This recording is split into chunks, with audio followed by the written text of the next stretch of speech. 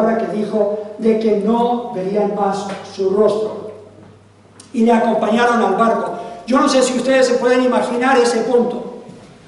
El apóstol Pablo estuvo involucrado en estas obras, comenzando estas iglesias, le tenían mucho cariño. Es más, ellos tenían vida eterna en gran parte por el testimonio de la predicación de este gran apóstol, y lo veían como su padre espiritual, y de repente él llega y dice: ya, reunámonos una vez más en la playa. Y cuando leí eso pensé en Viña del Mar. Dijo: reunámonos una vez más en la playa, y ahí yo me voy a despedir de ustedes una última vez. Yo creo que a nadie le gustan despedidas de esa clase. No, es terrible. Yo recuerdo cuando mi papá se tuvo que despedir de los hermanos en Argentina para ir a Colombia. Yo crecí como hijo de misioneros allá en Argentina. Sí es posible que un argentino se salve, por si acaso. Hay algunos. Y después pasamos, a ver hermano, y pasamos a Colombia, ahí donde conocí a mi esposa Wendy, y ahí estuvimos unos años, pero fue bien difícil poder despedirse de ellos. Y el apóstol Pablo aquí está diciendo: yo sé que entre ustedes saldrán algunos que no seguirán la sana doctrina que yo les he enseñado. Y justo sucedió exactamente eso, tanto en el ministerio de los padres de Wendy como en mis padres. Siempre hay algunos que deciden que no van a seguir la sana doctrina en la cual fueron enseñados, pero gracias a Dios tenemos testimonio de que muchos siguieron, y no solamente siguieron ellos los pasos en los cuales fueron entrenados, pero también han participado ellos en entrenar a la próxima generación. Y eso era lo que yo quería mencionarles hoy, porque en un aniversario es muy normal que uno mire hacia atrás. Ya hablamos un poco de los datos de estar mirando hacia atrás, pero quiero hablar no solamente de cómo el apóstol aquí está mirando atrás, pero la situación en la cual nos encontramos ahora en el presente y el futuro que viene. Pero les quiero primero recordar la experiencia del apóstol Pedro. Él estaba en una embarcación, la Biblia dice que el viento era contrario, Jesús está orando, ha acabado recién una gran reunión, ha dado de comer a Jesús a más de 5,000 hombres, más mujeres y niños, un gran milagro, y él manda a los discípulos, seguramente sabiendo que van a tener una dificultad en el mar. Ellos están remando contra el viento, no les va muy bien lo que están ellos experimentando, y Jesús los puede ver de lejos. Y después de unas horas, dejando que ellos estén en esa tormenta, ese viento contrario, Él comienza a ir hacia ellos, pero caminando sobre el mar. Y claro, ellos espantados se asustan, pero Pedro dice: Señor, si realmente eres tú, invítame a que yo camine hacia ti sobre el mar. Ahora, nosotros criticamos a Pedro porque sabemos la historia, comenzó a hundirse, pero él fue el único el que se salió de la embarcación. Los otros se quedaron adentro, no eran capaces de salir con él, no eran capaces de decir: ya, si Pedro puede, yo también. Pero él salió, y mientras tenía la mirada en Jesús, tenía la perspectiva donde debería estar, todo iba bien. Pero de repente, ¿qué pasa?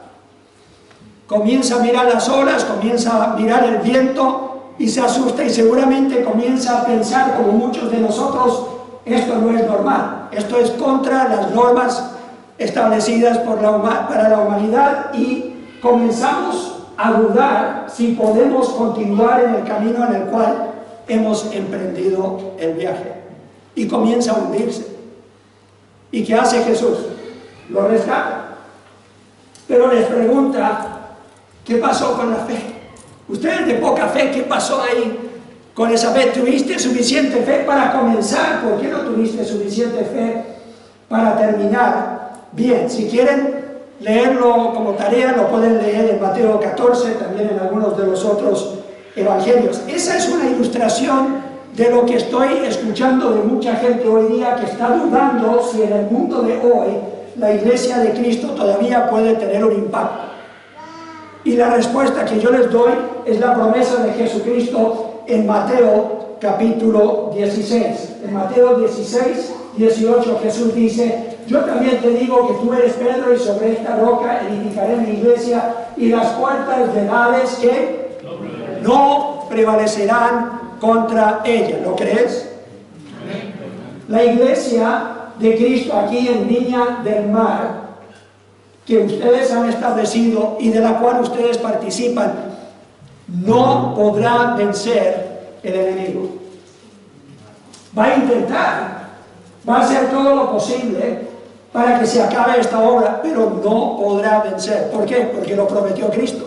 Él va a edificar su iglesia. Esta es la iglesia de Cristo. No solamente la tuya. Es bueno que uno diga: ya voy a visitar la iglesia en Viña, voy a visitar la iglesia del pastor Jaime, voy a visitar a tu iglesia si hablan contigo. Nosotros nos adueñamos de nuestra iglesia, eso está bien, pero tenemos que recordar que esta iglesia es de Cristo Jesús, y Él entregó su vida por esta iglesia, y Él no dejará que el enemigo va a prevalecer contra su iglesia. Entonces, tenemos nosotros que entender eso al ver qué es lo que el apóstol Pablo nos está diciendo en este pasaje en Hechos. Él primero está haciendo un resumen, mirando al pasado, un resumen de lo que fue su ministerio. Y él dice en el versículo 19, dice que él estaba sirviendo al Señor con toda humildad, con muchas lágrimas. Pastor, yo no sé si le ha tocado algunas lágrimas en el ministerio, pero no hay como el dolor de una persona que uno ha entrenado en el ministerio, o uno ha trabajado con ellos, o los ha animado en el Señor, ha visto que ellos lleguen a los pies de Cristo para salvación, y después, como Demas, vuelvan al mundo. O después, como algunos que abandonaron al apóstol Pablo, cuando uno más los necesita como pastor, dicen: no, esto ya se acabó, yo no voy a estar. Y eso duele. Pero él dice: con muchas lágrimas, versículo 19, y pruebas que me han venido por las acechanzas de los judíos, y como nada que fuese útil, he rehuido de anunciaros y enseñaros públicamente y por las casas. Él está hablando de su comportamiento, y una de las cosas que yo admiro de su iglesia es el comportamiento de su liderazgo. Piénsenlo. ¿Cuántas iglesias conocen ustedes que tienen un pastor que conoce Biblia como su pastor, y que tiene un instituto, y que aman a las misiones, y que van en viajes misioneros, y que aportan a misiones, que tienen una visión misionera como deberían? Ustedes quizás, porque no conocen otras iglesias, no entienden que no hay muchas iglesias en Chile que sean como su iglesia. Y ustedes son una iglesia ejemplar, tienen un pastor que es un ejemplo y una inspiración a otros, y también su esposa. Me gustaría poder decir que todos los pastores que yo conozco bautistas, sea aquí, en otras partes del mundo, sean como ellos, pero no lo es, no es así. Hay un movimiento aún en los Estados Unidos y en otros países donde antes era una gran visión misionera, donde mandaban misioneros y aportaban a misiones, que ya misiones está de lado. Ya no se hacen viajes misioneros, no se aportan misiones. Hay iglesias que simplemente ya ni siquiera les importa mucho enseñar la palabra de Dios. Quieren solamente pasarla bien, tener un buen tiempo de alabanza y compañerismo, que son buenas cosas en sí, pero no podemos dejar de lado la palabra de Dios. Y como dice aquí en su letrero, ustedes son conocidos como una iglesia que aman la palabra y son fieles a sana doctrina. Y eso no lo pueden dejar de lado. El comportamiento ejemplar del apóstol Pablo, y él dice: y no he rehuido de anunciaros y enseñaros. Hay algunas cosas que en la Biblia a mí no me gustan enseñar, ¿cierto, pastor? Son difíciles de llamarle la atención a las ovejas y decir: pero la palabra de Dios dice, o Jesús dice. Y vemos la reacción y decimos: uy, es como que si uno les hubiera dado una cachetada. Pero sabes que ese golpe viene ¿con qué? Con amor. Hemos de decir la verdad y decirla en amor, pero no ser alcahuetes. Esa palabra la ocupan ustedes los chilenos.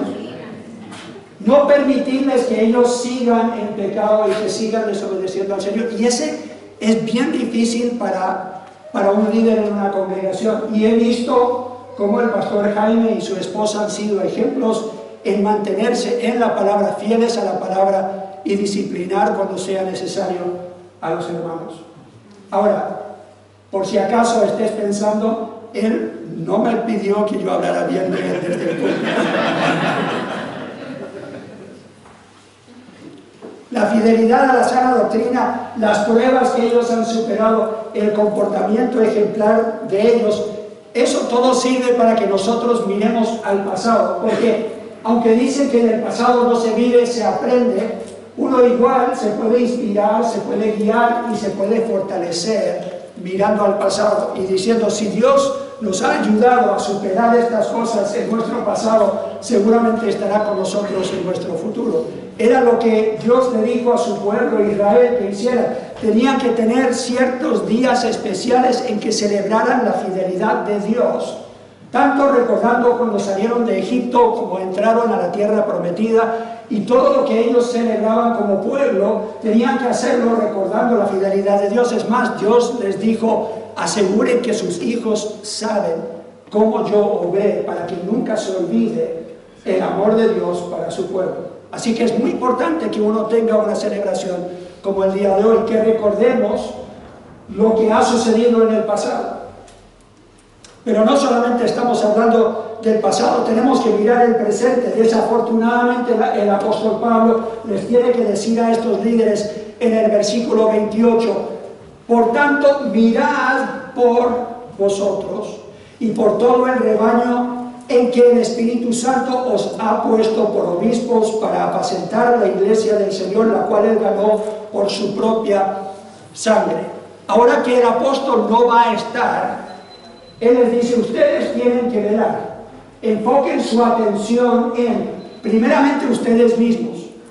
Yo creo que ustedes entienden que si uno va a guiar a otra persona, a servir de guía, porque no estamos solamente vendiendo boleto al cielo, estamos nosotros guiando a otros a caminar con Jesús, ¿sí o no?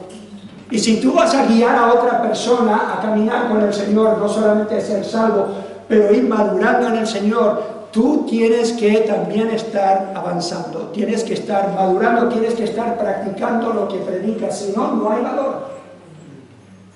Somos guías y no podemos llevar a una persona a un lugar donde no hemos ido en nuestra relación con Dios. Y eso es lo que admiro de su pastor, su esposa, los líderes de esta congregación, que están en el instituto y en otras oportunidades siempre avanzando y aprendiendo para poder guiar a otras personas. Entonces uno tiene que velar primero por sí mismo para poder avanzar y guiar a otros, pero también tiene que velar por el rebaño.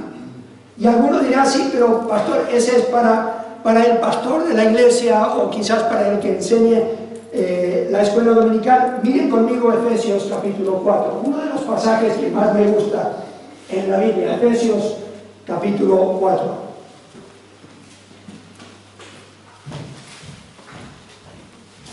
Hablando de Jesucristo,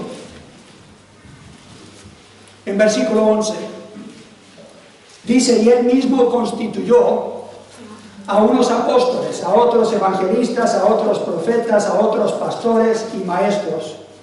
O sea, Él los puso, les dio esos dones, los puso en la iglesia. ¿Con qué fin? A fin de perfeccionar a los santos para la obra del ministerio. ¿Quiénes son los santos? Hay como tres. Pero intentemos de nuevo. ¿Quiénes son los santos? Muy bien. ¿Y están siendo preparados para el ministerio? Si no lo están haciendo es porque no quieren, porque aquí cuántas oportunidades les dan para prepararse para el ministerio. ¿Y de qué? Cuando estamos hablando del ministerio, no estamos hablando que tienen que estar simplemente acá en esta plataforma. Hay muchas formas de estar ministrando, hay muchas formas de estar ayudando a que crezca la iglesia de Jesucristo, a fin de perfeccionar a los santos para la obra del ministerio. ¿Para qué? Para la edificación del cuerpo de Cristo. Sigamos leyendo. Hasta que todos lleguemos a la unidad de la fe y del conocimiento del Hijo de Dios, a un varón perfecto, o sea, maduro, a la medida de la estatura de la plenitud de Cristo. no a la plenitud del pastor o su esposa o el pastor Joel o la Wendy o alguien. Está bien que ustedes digan, ya, yo quiero imitar su fe, es lo que la Biblia dice en Hebreos 13 y versículo 7, que deberíamos nosotros considerar nuestros pastores imitar su fe, pero deberíamos medirnos a la estatura de la plenitud de Cristo. ¿Con qué fin? Versículo 14, para que ya no seamos niños fluctuantes, llevados por doquiera de todo viento de doctrina, por eso se enseña doctrina, por eso se enseña de la palabra de Dios en este lugar, para que no caigan en ese error, por estratagema de hombres que para engañar emplean con astucia las artimañas del error, sino que siguiendo la verdad en amor, crezcamos en todo en aquel que es la cabeza, esto es Cristo. Cristo es exaltado en este lugar. Y esa es otra cosa que hay que admirar. No han dejado de lado el propósito central y principal por el cual nos reunimos. Las alabanzas no han sido solamente de testimonio, sino han hablado de qué tan grande es nuestro Dios y qué tan grande es Cristo, la cabeza de esta iglesia, de quien dice todo el cuerpo, bien concertado y unido entre sí por todas las coyunturas que se ayudan como mutuamente. No es solo el pastor y su esposa o algunos que están enseñando escuela dominical hacia ustedes, sino el crecimiento es que es mutuo. La ayuda es mutua. ¿Con qué fin? Seguimos leyendo en el 16. Para que sea el crecimiento edificándose en amor. O sea, la idea es que cada miembro sea un ministro. Y eso es lo que el apóstol Pablo aquí les está diciendo a estos líderes que han llegado a él. Él dice, el Señor los ha puesto a ustedes para hacer esta obra, para que ustedes estén fieles al Señor como obispos, o sea, como encargados, apacentando la iglesia de Cristo. Ese es mirando el presente, ese es el trabajo en el cual ustedes se encuentran en este momento. Pero ahora que viene al futuro, sigamos leyendo los versículos 29 en adelante. Porque yo sé, dice, que después de mi partida entrarán en medio de vosotros, ¿qué? Nuevos rapaces. Dios quiera que no en este lugar. Pero sucedió cuando después de Moisés vino ¿quién? Josué. Y mientras estaba Josué, que había estado con Moisés, mientras estaba Josué no había problema. Generalmente el pueblo seguía los caminos del Señor. Hubo uno que otro que se rebeló, pero fueron fieles porque tuvieron un líder que fue fiel a la palabra de Dios. Pero muere Josué y ¿qué sucede? Comienza a bajar todo y comienzan a apartarse. Lo mismo en tiempo con David. David fue un gran rey. Después llega Salomón. A medias, cuidado con las mujeres, hombres, y se dejó llevar por ellas. Ahora la mitad de la congregación no quiere escuchar el resto del mensaje. No, él se dejó llevar por falsa doctrina. ¿Quiénes dejaron entrar esa falsa doctrina? Las mujeres con las cuales él se casó, que venían de otras religiones y de otros lugares. Y entonces él no fue tan fiel como David, su padre. Y los hijos de Salomón, ya ustedes saben. Mi bisabuelo oró que en nuestra familia tuviéramos hombres en el ministerio, que se dedicaran al ministerio tiempo completo. Y aunque su hijo, mi abuelo, no pudo, estaba literalmente con una curvatura extrema de su columna y fue inválido por una gran parte de su vida, él también oró lo mismo. Y él tuvo dos hijos, mi tío, que fue pastor en los Estados Unidos, y mi papá, que muchos años estuvo como misionero en Sudamérica. Y esa oración la tomó mi papá y comenzó a orar también por las próximas generaciones.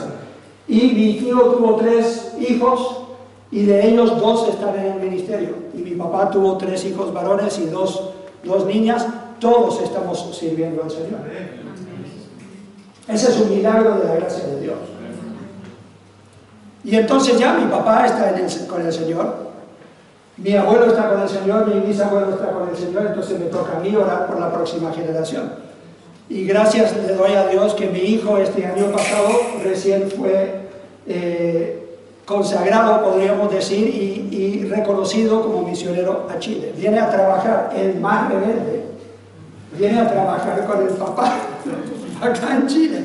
Ese es un milagro de Dios y una respuesta a la oración. El futuro es incierto para nosotros, pero una cosa es segura, y es que las cosas van a ir de mal en peor. Lo dice la Biblia, que serán amadores de sí mismos, que irán con un comezón de oír. ¿Para qué? Para buscar la doctrina que ellos quieren. ¿Qué tenemos que hacer nosotros? Orar y preparar la próxima generación. Orar, como dijeron hoy, entregando esta preciosa futura generación. Realmente es el futuro de la iglesia. ¿Cuántos están aquí que tienen menos de 30 años? Levanten la mano. Ese es el futuro. ¿Están orando por ellos? Algunos de ellos están en el instituto. Les felicito. ¿Por qué? Ese es el futuro de la iglesia. No que los que tienen más de 30 se van a morir más. Pero yo lo estoy sintiendo. Ya a los 59 estoy sintiendo esa necesidad de orar por y preparar a la próxima generación. Y estoy hablando con mi iglesia de que muy pronto me voy a ausentar más a menudo para estar como con ustedes hoy. ¿Por qué? Porque ellos tienen que tomar la batuta. Ellos lo tienen que hacer. ¿Por qué? Versículo 29. Porque yo sé que después de mi partida entrarán en medio de vosotros lobos rapaces que no perdonarán el rebaño. Y también versículo 30, y de vosotros mismos se levantarán hombres que hablen cosas perversas para arrastrar tras sí a los discípulos. O sea, prefieren tener seguidores para ellos y no estar apuntándolos a Cristo. Y no falta. Por tanto, dice, velad y acordaos que por 3 años de noche y de día no he cesado de amonestar con lágrimas a cada uno. No olviden lo que en este lugar se les ha enseñado, con lágrimas. Y ahora, hermanos, os encomiendo a Dios y a la palabra de su gracia, que tiene poder para sobreedificaros y daros herencia con todos los santificados. Entonces, primero tienen que velar que esto no suceda en este lugar, velar por la sana doctrina, velar por la próxima generación, hacer todo lo posible para preparar a la próxima generación, porque aunque uno no lo quiera hablar, no lo quiera ni siquiera imaginar, llegará el día en que yo y el pastor Jaime Solano no estemos. Él dijo que no le tocó enterrar a nadie en este viaje misionero, pero algún día nos van a enterrar. Si el Señor tarda su venida, algún día algunos de ustedes podrían ser los que están haciendo la reunión para nuestro entierro. Yo no pienso jubilarme, pienso predicar hasta mi muerte. Así que me van a enterrar acá en Chile, ojalá, si Dios quiere. Entonces, algún día, o él va a predicar el mío, él es más joven que yo por unos cuantos años, él va a predicar mi funeral, o no sé quién, pero llegará el día en que no vamos a estar. ¿Quién va a ser el que se para en este lugar y dice, vamos a seguir aquí a Cristo, no importa lo que venga? Alguien lo tendrá que hacer.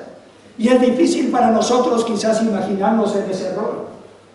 O imaginarnos a algún cabro chico que todavía uno dice, nunca va a crecer, nunca va a madurar. Y algún día va a ser pastor. Tuvimos un instituto bíblico en Colombia.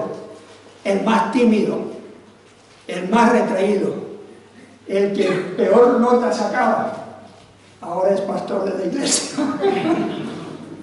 Porque maduró y aprendió, se demoró más que todos los demás, pero uno a veces juzga por apariencia y fue él el que Dios quería que quedara en ese lugar. Así que hay que velar, pero también nosotros tenemos que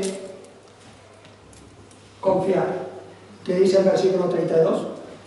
Y ahora, hermanos, os encomiendo a Dios. La verdad es que estamos en las manos de Dios, estemos donde estemos. Y esta iglesia es de Él. Estemos el pastor Jaime y yo en nuestras iglesias, la iglesia de Cristo. Entonces nos encomendamos a Dios y a su palabra. Y el resultado será que por el poder del Espíritu Santo serán que sobre edificados. Pero tendrán ustedes que participar en eso. Sobre edificados, y es capaz también de daros herencia con todos los santificados. Algunos dirán, pero esto, ¿qué tiene que ver conmigo? Porque yo no me veo como líder, yo no me veo realmente como un predicador, yo no me veo como, Dios no me ha llamado a mí. Eres parte del cuerpo. Si tú perteneces a esta iglesia, tú eres parte del futuro de esta congregación. Y te toca a ti velar, y te toca a ti confiar en el Señor.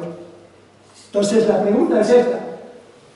¿Serás de los que se sientan solamente en la tribuna y de vez en cuando aplauden y participan, pero a lo lejos? ¿O serás de los que entran al juego?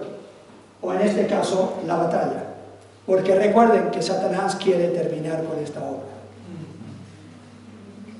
Y te tienes que poner la armadura. Y tienes que velar. Y tienes que confiar. Oremos.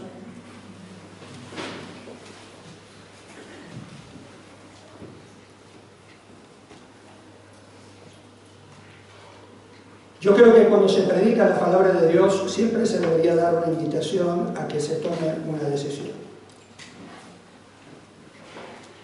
Yo no puedo ver tu corazón,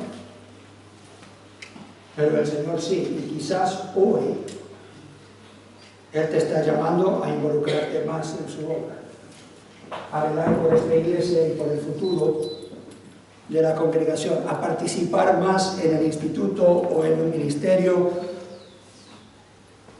Y lo has dejado de lado o has intentado ignorar el llamado del Señor a eso. Hoy podría ser tu día de públicamente decir, Señor, haré lo que tú me pides. A mí me gustaría orar por ti.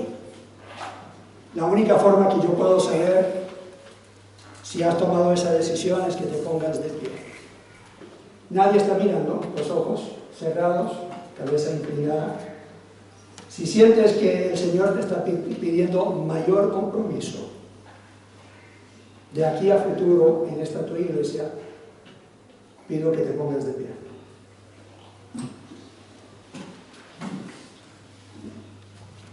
Muy bien.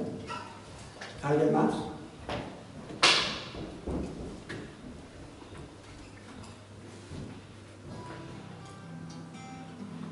¿Alguien más? Pastor, el Señor me habló, siento que necesito hacer más sobre Él. Quiero ser uno que obra para el futuro de la congregación en la cual el Señor me ha puesto. ¿Alguien más? Padre Celestial,